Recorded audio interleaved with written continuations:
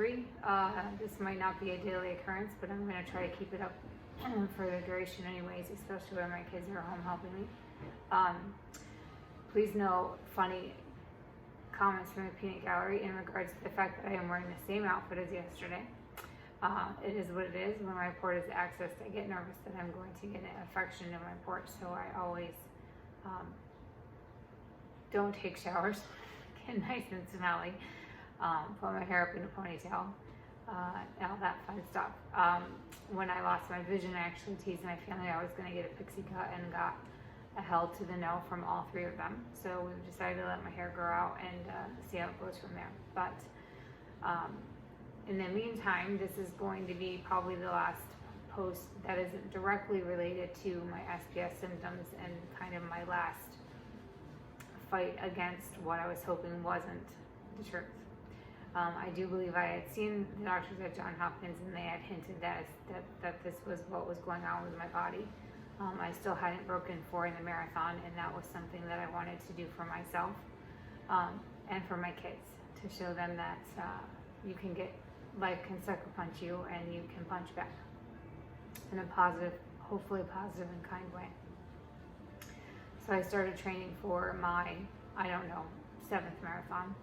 And by the time I got to maybe mile 8, it was clear that I was not able to run any more than that on the roads. So I switched to the elliptical, and anything after 8 was run on the elliptical in the same amount of time that I should have been running on the road. When marathon day came, I had picked a very flat and was supposed to be very fast marathon. It was not an out and back, which is also nice because the scenery was different the whole time. I had some extra medicine in my pocket that I pulled out when I needed it, because about mile 15, my body started going haywire again, and I took an extra clonazepam that I had stashed in my wrist holder, if you will. And my kids and my husband have been nothing short of supportive in a way that would make me cry if I got too far in depth, which is not what I want to do today. But they would take my water bottles, Matt would fill them up, the kids would run kitty corner to the next place, give me my water bottles, and it was kind of a running joke with anybody that was around me that I had the best support crew during the marathon, because they made sure that I stayed hydrated and did not get tired. I had very close friends that actually drove 2 hours to come down and watch me finish, including my mother. My father had passed away at this point. So I managed to finish with nothing sheer of willpower and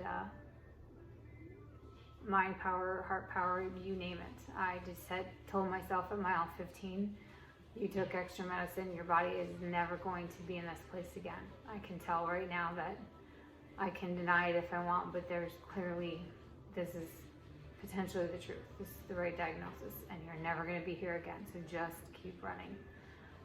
So I managed to finish in 3 hours and 55 minutes. Took a picture, put the little plaque on the wall next to my Ironman, and there you have it.